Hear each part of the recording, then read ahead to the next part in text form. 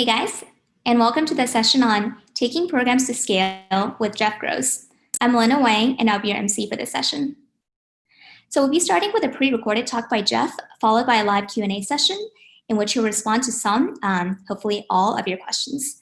You can submit these questions on the chat box to the right-hand side of this video, and you can also upvote for your favorite questions to push them higher up the queue. And now I'd like to introduce you to our speaker for this session, Jeff Gross. Jeff leads Accelerator, a new program at Evidence Action which seeks to build the next generation of cost-effective, evidence-based programs that are ready for scale-up. Jeff was previously the director of the Global Cancer Program at the Clinton Health Access Initiative, and from 2010 to 2015, he served as the country director of their Uganda office, overseeing a team of 45. He holds a BA in philosophy from the University of Pennsylvania and an MBA from Yale University. And here's Jeff. Hi, I'm Jeff Gross, and I work at Evidence Action. It's really great to be speaking with people who are committed to effective altruism. I think that so many people are interested in helping others and making the world a better place, but just don't know how to go about that in the most effective way. And I'd partially include myself in that group, and it's been an evolution for me to get here. I really came to effective altruism organically through practice and through program delivery, rather than seeking it out as a philosophy. So today I'm going to talk about two things. First is my path here, and second, my organization Evidence Action and our approach to taking evidence-based programs to scale. So after college, I worked in domestic philanthropy. My portfolio focused on programs for the elderly poor. And I really enjoyed thinking strategically about how to invest resources and to address real needs in society. But there were two things that I increasingly felt. First, I felt that the money just wasn't going as far as it would in poorer countries. And second, I felt that we were making a lot of decisions based on gut instinct or common wisdom, rather than really firm metrics. And I think that was especially dangerous since I was fresh out of school and didn't really have a whole lot of real world experience. So my gut didn't necessarily point in the right direction. So I decided to go to business school. I wanted to build up some more hard quantitative skills. And I actually hadn't taken a math or science class since high school. And I realized I really wanted those skills to achieve what I wanted to. So coming out of school, I knew that I wanted to go into international development. I'd always been an avid traveler, and I knew that low-income countries is where I could have the most impact. And so I developed this really long spreadsheet with about 90 different organizations, which I ranked across a range of criteria. And at the top of that list was the Clinton Health Access Initiative. And so I was fortunate enough to land my dream job with them, leading the 4-person Uganda office. Over the next 5.5 years, the Uganda team grew to 45 people, and we expanded from a sole focus on HIV to a focus on a much broader range of infectious diseases, from malaria to TB to vaccines, etc. It was really exciting work and really impactful. We were able to influence national decisions, introduce new drugs and diagnostics, and see real change. But while in Uganda, I was also exposed to the broader international development sector. I saw brand new SUVs with different NGOs' logos cruising around Kampala. I saw endless conferences and reports with little action that followed.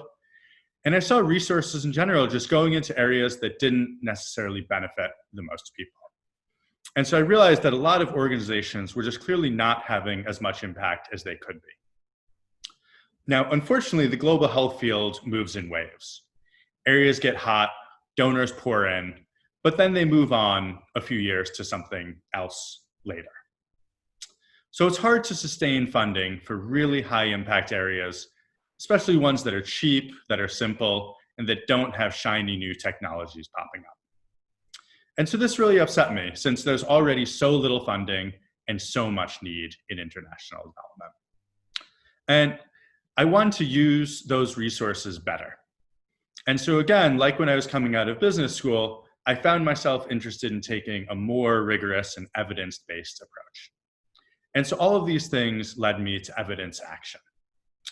When I joined last year, I didn't know very much about effective altruism, but I think my experience running global health programs led me organically to an organization that embodied those values. So that's a bit of my background. I'm now going to run through a few slides and talk about Evidence Action's approach to scaling programs.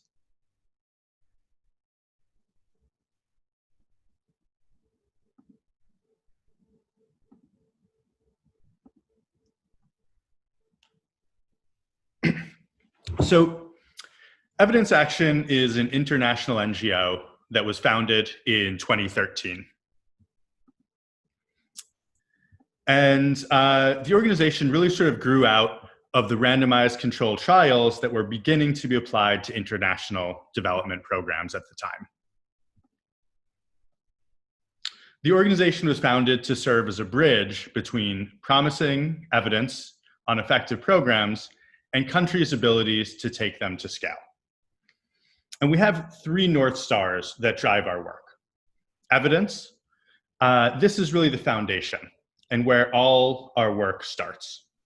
We don't just look at WHO guidelines and take them for granted. We examine the underlying evidence behind interventions. Our confidence in the intervention then factors into our evaluation of the program. We may reject a program due to a lack of robust evidence or apply discounts. Cost effectiveness is the next thing that we look at. It's easy to measure in a research setting, but often hard to apply in practice. So our cost effectiveness analysis evolves significantly as we build out programs. So for instance, a pediatric diarrhea treatment program may look inexpensive at first and in studies, since there's no diagnostic required and the medicines are very inexpensive. But in order to drive uptake of the intervention, you need to change people's behavior, and that can be challenging and expensive. So we really try to think about total program cost, as well as the likelihood of success when we think about cost effectiveness. And then in terms of scale, we think about a combination of breadth and depth of a program's impact. We want to make sure that our program is not just cost effective, but also large scale, reaching many people and affecting them deeply. So to give a sense of what this looks like in practice, I'll give you a snapshot of our work. So let's take a look at deworming, which is our oldest program. Intestinal worm infections are a massive global problem, affecting 835 million children each year. Yet, areas that receive little investment from the global health community. There's strong evidence about the negative effects of worms in children. It affects their nutrient uptake, which can lead to anemia and cognitive impairment. It reduces school attendance, and it can lead to lower lifetime wages. So this is an issue that's not only affecting children's health today, but affecting the productivity of the next generation of many of the fastest growing countries in the world.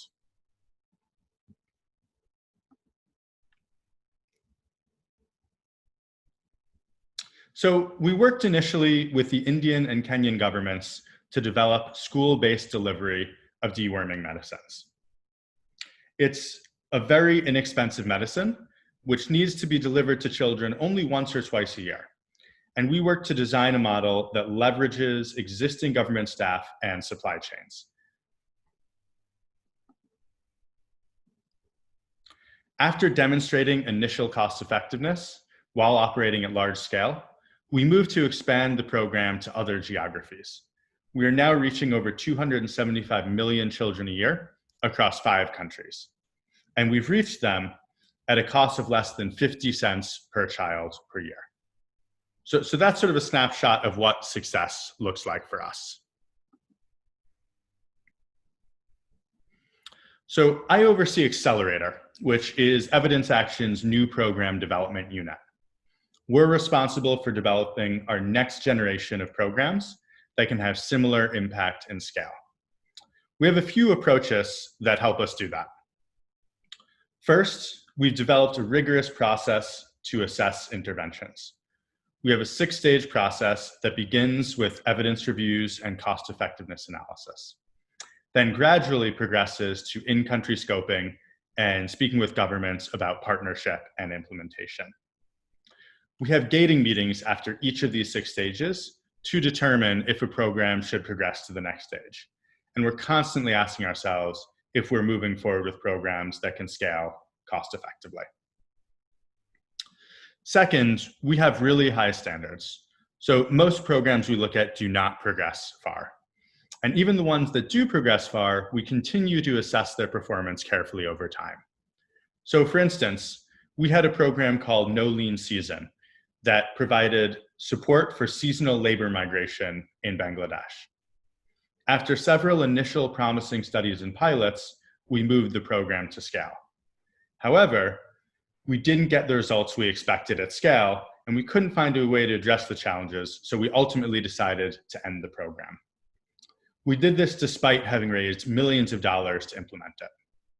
And I think that this is pretty unique amongst NGOs. And I think what allowed us to make that decision was that we don't see it as a failure to find a shortcoming with an intervention. Instead, we see it as a natural part of our process and something we actually strive to identify. And so that mindset helps us avoid bias and stay true to our mission. So from this accelerator process, we now have 2 programs that are testing at scale. Iron and folic acid supplementation. This program seeks to reduce anemia in children. Anemia is actually one of the biggest drivers of disability in children globally, but it's highly neglected. And a weekly iron pill that costs less than a penny is incredibly effective at reducing anemia. And since this is also a school-based program, we're layering this on top of our deworming work in India. And the second program that we're just launching is congenital syphilis. This program seeks to prevent the transmission of syphilis from mother to child. This is a problem that results in 200,000 deaths and stillbirths a year. But there's very little global attention or funding for the issue. There's now a test that detects both HIV and syphilis, and there are already high rates of HIV testing of pregnant women in many countries. So if we can help governments switch over to this dual test, we can rapidly increase testing for syphilis. So as you can imagine, there are many challenges with taking promising evidence-based programs to scale.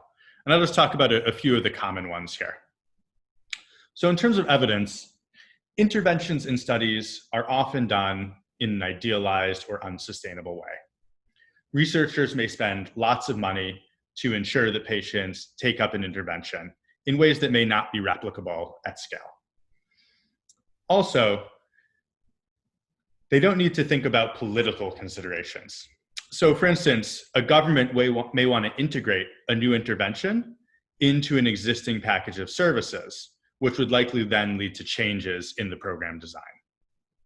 So we spent a lot of time looking across studies and thinking about what are the key components of an intervention that are really crucial to achieving the desired effect. Cost effectiveness, as we've discussed, is really key for us, and it's also important to governments. But governments often think about cost effectiveness differently.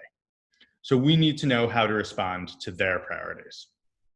For instance, governments may tend to care much more about financial costs than indirect or in-kind costs.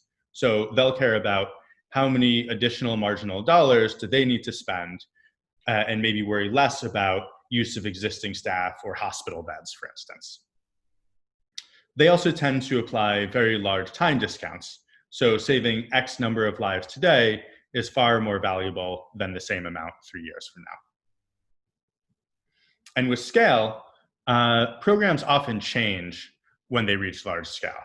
And this, I think, is really something crucial. There are many reasons why a well-researched intervention may not produce the same effects at scale. Quality control becomes much harder. Supply chains become more complex, so do data systems, and politics can become an issue.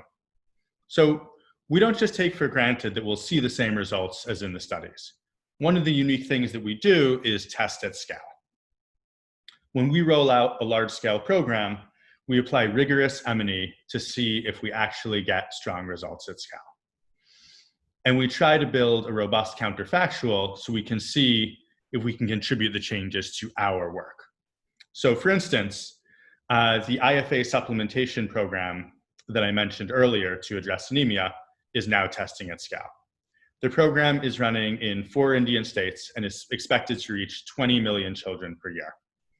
But despite the large scale, we still treat this as a learning experience, which will give us insight into how the program actually operates. So I want to end with a few thoughts on how you might get involved. I think the first is becoming part of the community. I think being here is already a good sign of that, but getting engaged on campus, engaging in communities like this one and other effective altruism organizations. Gaining relevant experience, especially if you're interested in doing this type of work. I think a lot of people focus on evidence and cost effectiveness and develop those strong research and quantitative skills. And others may seek out field experience and learn what it's like to deliver programs in country and the real world challenges. I think a lot of people have one or the other of these, but not as many have backgrounds in both. And I think to be successful, we need to find ways to marry these different backgrounds and job tracks more effectively to achieve maximum impact. And then, of course, I'd be remiss if I didn't say to give wisely. You're always welcome, of course, to give to Evidence Action, to GiveWell, or any of the other many effective altruism organizations. So thank you so much.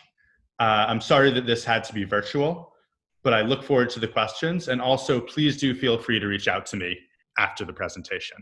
Thank you.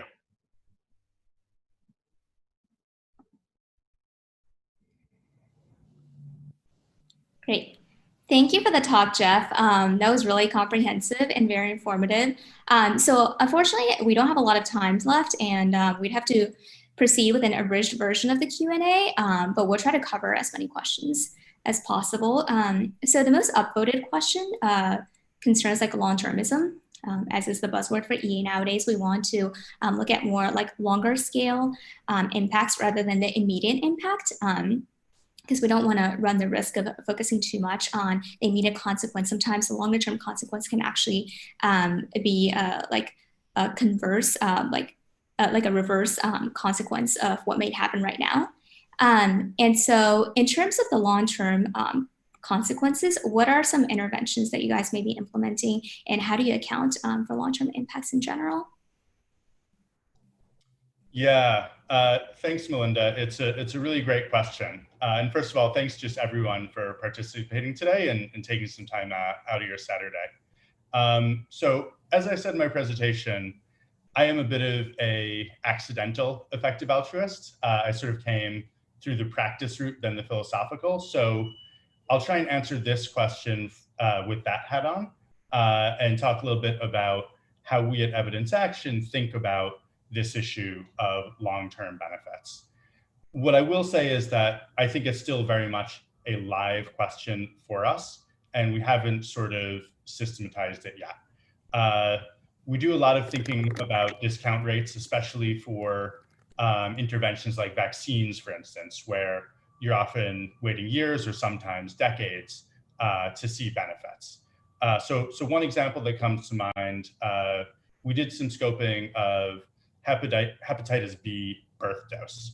And hepatitis is a disease that begins to strike when people are 40, 50. A lot of the mortality is happening later in life. So huge difference in time frame. We don't have our own internal sort of metric, but what we try to do is look at the different models that are out there in terms of thinking about discount rates from folks like GiveWell, from other existing models to see what we think is reasonable.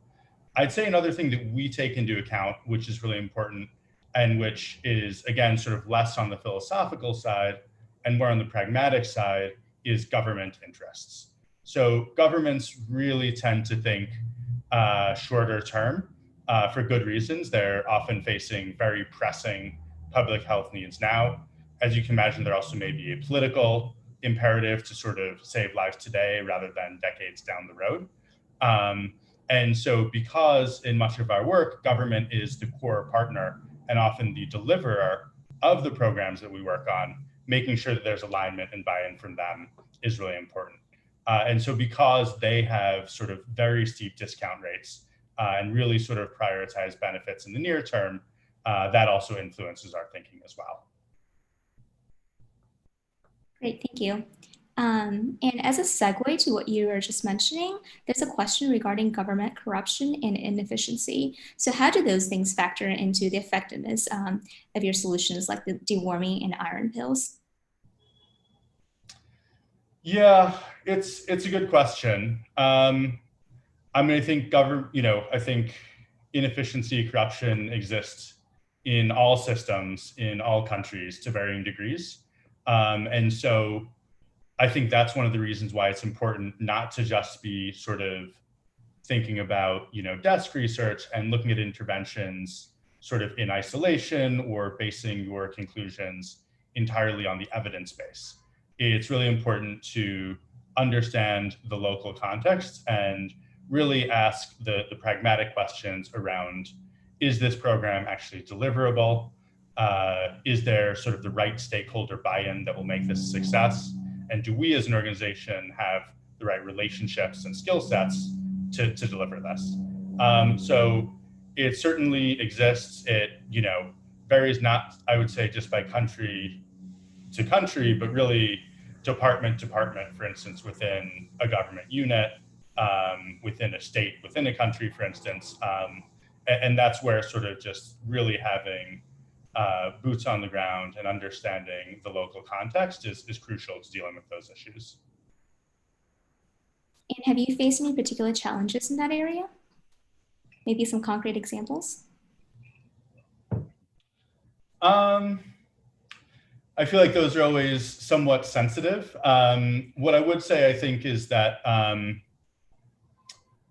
I think there's an unfortunate trend where sort of the more money that flows into a space, the more you tend to see those types of problems. So it's actually in the better funded areas where there may be more challenges. And I think that's an interesting thing to think about in terms of like the donor community, in terms of potential, negative externalities of going into areas that are already, fairly well saturated. Yeah, I mean, perhaps this is what Tony's question was alluding to. But yes, how does evidence action think about potential risks coming from the behavior bias or privilege and incorporate them into how resources are focused? I'm sorry, risks from, could you repeat that? Yeah, so he was asking basically how your evidence action programs kind of incorporate or adjust for the behavior bias or privilege and incorporate these these adjustments into how resources are focused. Yeah, absolutely. So I think when we think about impact, we think about sort of three dimensions. We think of the breadth of the impact, the depth, but then also the likelihood of success, recognizing that even if there's an area where there's huge unmet need, you're not going to be able to address all of that. And so I think that's where a lot of the risk comes into our thinking. And so we really, that's sort of a core component that we think about, and often behavior change is a key component of that. If you think about sort of purely medical interventions, for instance, there's a much more direct sort of corollary between giving a medicine, for instance, and seeing an expected outcome. That's much easier to predict. Whereas, for instance, a behavior change or the uptake of a new intervention, like for instance, using chlorine in your water when it's available, that's something that is, first of all, much harder to drive up, but is also going to be, much more varied in terms of uptake by, local stigma, local custom, et cetera. And so again, I think really understanding the local context and then incorporating that risk around behavior change is really crucial to figuring out how much impact can we actually achieve in this area that may look on paper very promising and very large. Great, thank you. Um, I'm going to take, I guess, two more questions. So there's a related question about the bias in human judgment. So Max says that even evidence-based decisions require human judgment, which intrinsically carries a lot of subjectivity. So how do you address those potential bias? Yeah, that is a great question and one that we struggle with all the time. So, as I said in the presentation, one of our starting points when we look at an intervention is evidence. Um, and we've talked a lot about, are there ways to have very sort of standardized algorithmic thresholds for what we mean by strong, medium, weak evidence, et cetera. And we've increasingly just found it really hard to sort of quantify and sort of standardize because there is inherently so much judgment, because you're comparing apples to oranges so often. And so I think the first important thing is that we sort of recognize that there is that real risk. In terms of how we try to deal with it, a lot of it is about, first of all, I think from the earliest phase of recruiting, really trying to attract people who are naturally sort of inquisitive and come with sort of a skeptical or questioning orientation. And then what we also do is have gating calls after each sort of major milestone in our program development process to really stress test an intervention and make sure that not just the person who is sort of closest to it, who may sort of have developed biases, but bringing in people from other teams to really sort of stress test some of the assumptions. I think that hopefully helps us deal with some of that bias that I think certainly can creep into this type of process. Great. So I guess the last question is, what is the biggest science or engineering roadblock you guys are currently facing in the evidence action community? That's a good question. I certainly don't know if this is the biggest, but I can talk to one that has sort of been on our minds in recent weeks. So we do a lot of work now around clean water. And so there's very strong evidence that chlorinating drinking water significantly reduces pediatric diarrhea and pediatric diarrhea mortality. And so one of the things that we are trying to figure out is what are the sort of types of technologies and design options that can, err towards more of an opt-out versus an opt-in. So things that people can sort of set up, for instance, on their piping systems or in their homes where they get water, where once it's set up, there doesn't need to be a decision each time. Similarly, thinking about automatic dosing, one of the things that prevents people from taking up chlorinated water is taste. And so if you can get just the minimum amount of chlorine that's needed to be effective, but doesn't change the taste, sort of below that taste threshold, that's the sweet spot. And so we've been doing a lot of thinking about what are the optimal devices out there that can be both affordable, but most importantly, drive consistent uptake. Okay, great. Thank you. Gonna wrap up with this last question, very relevant. How would you like us to reach out to you? Yeah, great question. Very happy to have folks reach out. I think probably the email is the best way. So I'm not sure if that's available, but it's my name, jeff.gross@evidenceaction.org. Okay, I can just type that in the chat box. Great. All right, thank you so much, guys, for watching. So this concludes our session. And before you leave, it'd be great if you can evaluate this session on the polls tab of the live discussion. Okay. Thank you so much. Bye-bye. Thanks, everyone.